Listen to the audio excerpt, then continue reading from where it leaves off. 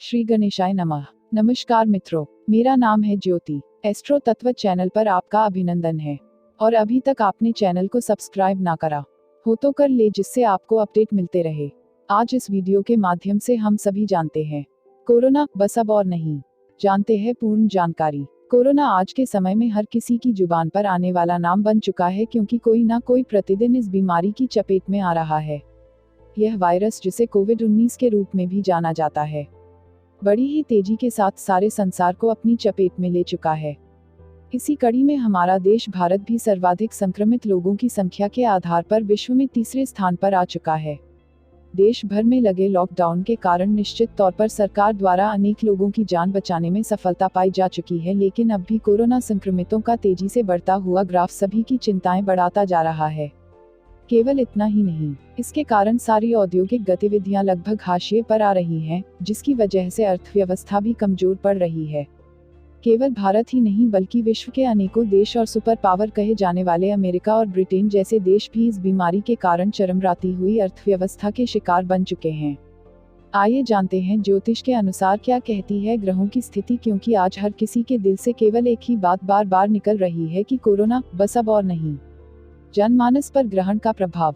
वैदिक ज्योतिष में ग्रहों की स्थिति और उनके गोचर पर विशेष रूप से ध्यान रखा जाता है, क्योंकि उन्हीं से विभिन्न प्रकार की प्राकृतिक और मानव निर्मित आपदाएं मानव जीवन को प्रभावित करती हुई पाई जाती हैं।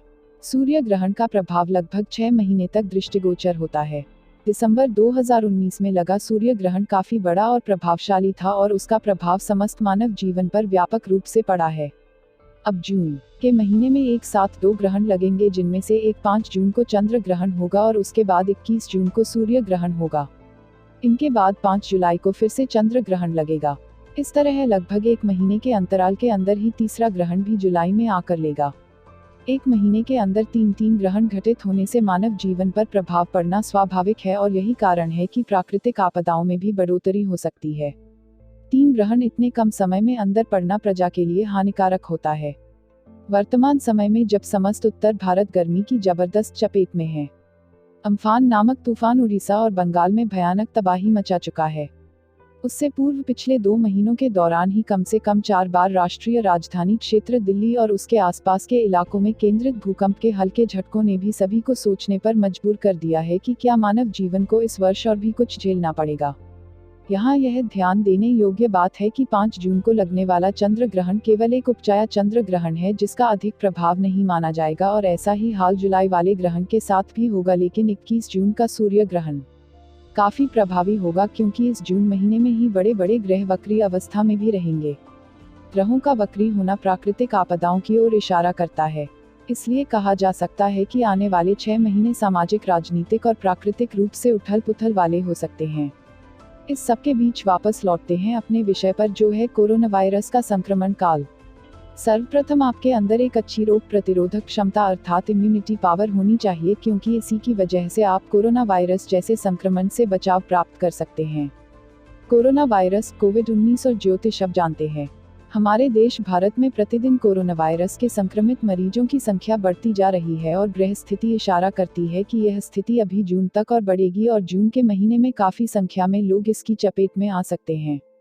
हालांकि जून के अंतिम सप्ताह से इसके मरीजों की संख्या में कमी आनी शुरू होगी, और हम उम्मीद कर सकते हैं कि जुलाई के महीने से हमें कुछ अच्छे समाचार सुनने को मिल सकते हैं।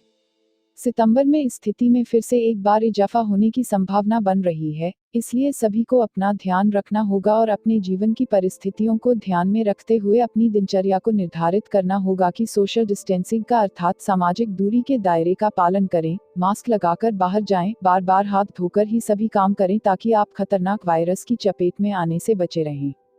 ग्रह स्थिति यह भी इशारा करती है कि जून से सितंबर के मध्य में संभव है कि इस खतरनाक वायरस के खात्मे के लिए कोई वैक्सीन इजाद हो जाए, जिसकी वजह से सारे संसार को धीरे धीरे इससे मुक्ति मिलने लगे। कोरोना बस अब और नहीं। बस अब और नहीं। स्वतंत्र भारत की कुंडली को देखें तो वर्तमान में बृहस्पति का गोचर कुंडली के 9वें भाव में चल रहा है, जहां से 30 जून को वे वापस अष्टम भाव में आ जाएंगे।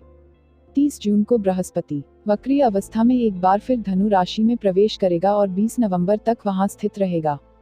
सितंबर में राहु भी गोचर में परिवर्तन करके देश के लग्न अर्थात वृषभ राशि में प्रवेश करेगा, जिससे केतु सप्तम भाव में आ जाएगा और अष्टम भाव केतु के प्रभाव से मुक्त हो जाएगा। ऐसी संभावना है कि जुलाई से सितंबर के बीच में कोरोना वायरस जैसे संक्रामक रोग पर नियंत्रण प्राप्त करने के लिए विभिन्न स्वास्थ्य टीमों द्वारा की जा रही कोशिशों के कामयाब होने की संभावना बन रही है और संभव है कि जुलाई से सितंबर के मध्य में कोरोना वायरस के प्रमुख रोकथाम के लिए किसी खास वैक्सीन को इजाद कर लिया जाए ताकि सारी दुनिया इस महामारी की शिकार होने से काफी हद तक बचा जाए।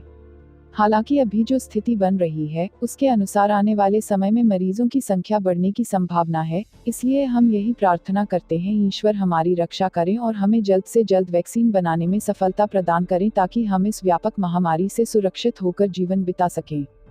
तो मित्रों, हमारे चैनल एस्ट्रो तत्व में दी गई ये जानकारी आपको कैसी लगी, हमें कमेंट कर बताएं। चैनल को लाइक, शेयर और सब्सक्राइब करें और हाँ, घंटी वाले आइकॉन को भी दबाएं।